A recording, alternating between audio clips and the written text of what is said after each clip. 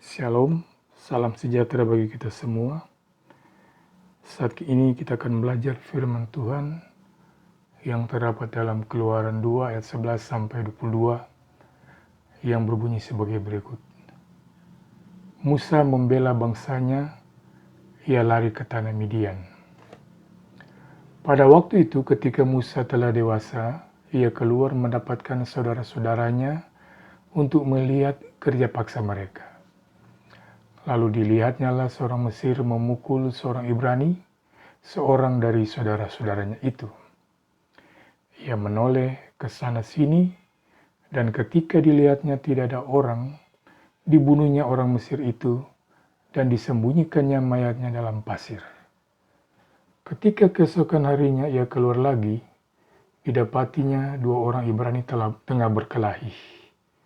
Ia bertanya kepada yang bersalah itu, "Mengapa engkau pukul temanmu?" Tetapi jawabnya, "Siapakah yang mengangkat engkau menjadi pemimpin dan hakim atas kami? Apakah engkau bermaksud membunuh aku sama seperti engkau telah membunuh orang Mesir itu?" Musa menjadi takut sebab pikirnya tentulah perkara itu telah ketahuan. Ketika Firaun mendengar tentang perkara itu, dicarinya ikhtiar untuk membunuh Musa. Tetapi Musa melarikan diri dari hadapan Firaun dan tiba di tanah Midian, lalu ia duduk-duduk di tepi sebuah sumur. Adapun imam di Midian itu mempunyai 7 anak perempuan. Mereka datang menimba air dan mengisi palungan-palungan untuk memberi minum kambing domba ayahnya. Maka datanglah gembala-gembala yang mengusir mereka, lalu Musa bangkit menolong mereka dan memberi minum kambing domba mereka. Ketika mereka sampai kepada Reuel ayah mereka, berkatalah ia, "Mengapa selekas itu kamu pulang hari ini?" Jawab mereka, "Seorang Mesir menolong kami terhadap gembala-gembala. Bahkan ia menimba air banyak-banyak untuk kami dan memberi minum kambing domba." Ia berkata kepada anak-anaknya, "Di manakah ia? Mengapakah kamu tinggalkan orang itu? Panggillah dia makan."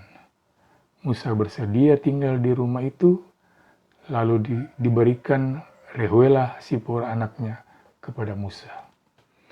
Perempuan itu melahirkan seorang anak laki-laki, maka Musa menamainya Gersom, sebab katanya, "Aku telah menjadi seorang pendatang di negeri asing."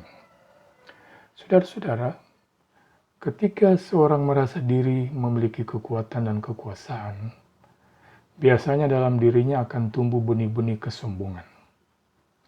Keadaan ini akan membuatnya merasa diri mampu untuk mengatasi berbagai persoalan tanpa perlu lagi mengandalkan Tuhan.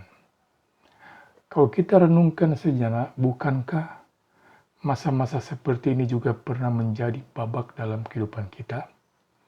Ketika kita mengenal Tuhan dan hidup dalam berkat-berkat-Nya, kemudian kita merasa dengan segala hal yang kita miliki, kita mampu mengatasi setiap masalah, kita mencoba menghadapi persoalan dengan cara kita sendiri dan tanpa melibatkan Tuhan. Babak pertama kehidupan Musa adalah contoh seorang yang merasa mampu dan bisa mengatasi semua persoalan dengan kekuatannya sendiri. Dengan kepandaiannya, ia merasa sudah mampu untuk menolong orang Israel dengan kekuatannya sendiri. Maka ketika melihat saudara sebangsanya dianiaya oleh orang Mesir, tanpa pikir panjang Musa memukul dan membunuh orang tersebut. Tidak diduga persoalan itu jadi berbuntut panjang. Musa bukan hanya ditolak oleh orang sebangsanya, bahkan Firaun sendiri berikhtiar untuk membunuh Musa. Kalau melihat pengalaman ini, kita akan mengatakan Musa gagal. Tetapi Tuhan tidak gagal.